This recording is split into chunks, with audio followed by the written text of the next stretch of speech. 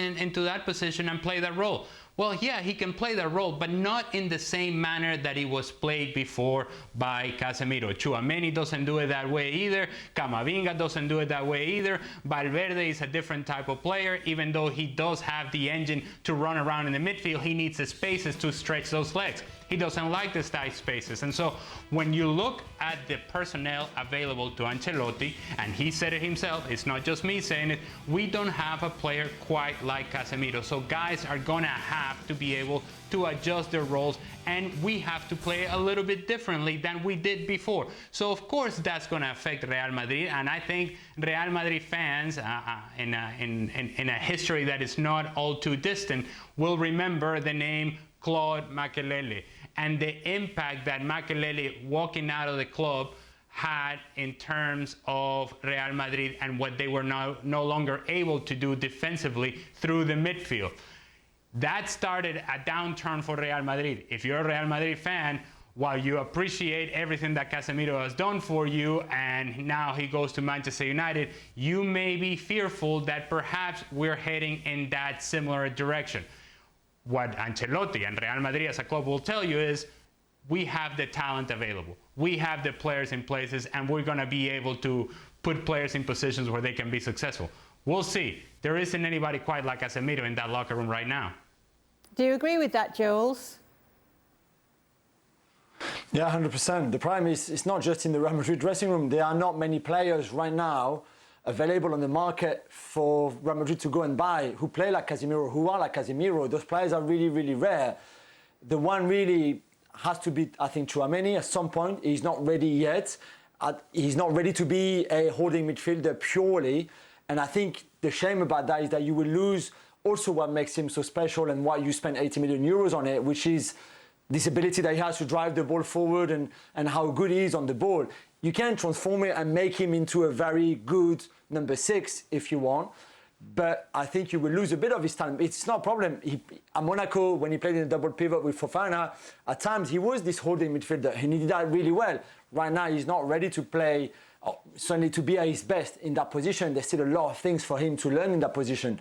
But I think of the three that Ali mentioned, between Valverde, Camavinga, and Aurélien, I think Aurélien is the one really that has the most potential to become Real Madrid number 6 and that holding midfielder if they keep a 4-3-3 formation with the best chance of being very successful in that position. Shaka, when you look at it, you wonder if it's going to be another big bit of good business from Real Madrid in the transfer market, especially as they too try to rejuvenate an aging squad. We've seen them let Varane go, we've seen them let Ramos go. Maybe this won't be a decision they regret, especially at this price. Yeah, and that's the thing. When you asked about would Real Madrid regret this, I'm not sure that Real Madrid as a club knows what regret looks like. I'm not sure what regret looks like to Madrid myself either, just because of the way they've been able to adjust. And we've seen that in the past. Now, while I take everything that Ali says about Makelele and how it affected Real Madrid, more recently, I think there was greater concern when Ronaldo left Real than there would be Casemiro leaving Real Madrid.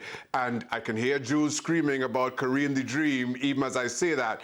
It just asks for somebody within that Real Madrid dressing room to step up. It asks for that team to rediscover, redefine who they are, even if it takes a season or two where they step back, figure that out, and then you see the kind of season that Real Madrid had last season. I'm not sure that Real as a club or their fan base are as panicked over losing Casemiro as they were a few years ago over losing Cristiano Ronaldo. So I have a feeling this will again turn out to be another bit of good business done at exactly the right time for Real Madrid. Do you think it could affect their title chances in any way? Well, yes, would be the simple answer. It's not on the ball.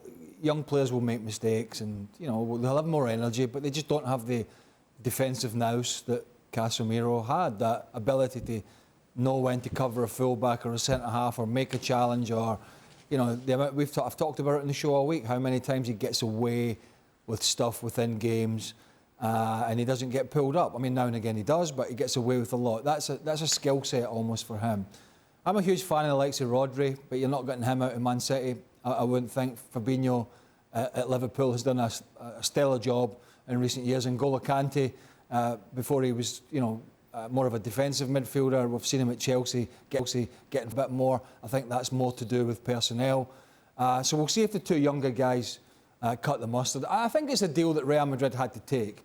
I don't think, as Shaq said, there's any regret there. They'll just brush their hands, and whatever this season brings is what it brings. And if the two younger guys don't look as if they're going to step up to the mark, they may go and splurge again in the summer, next summer. But I think when you look at the figures and you look at his age and you look at the job that he's done, he's unlikely to be getting better, Casemiro. It's plateauing and it'll start to take a dip. So I think it's common sense for them to take this huge offer, say thank you very much, but we're going to start heading in a different direction. We're going to be talking about Toni Kroos and Luka Modric and others very soon.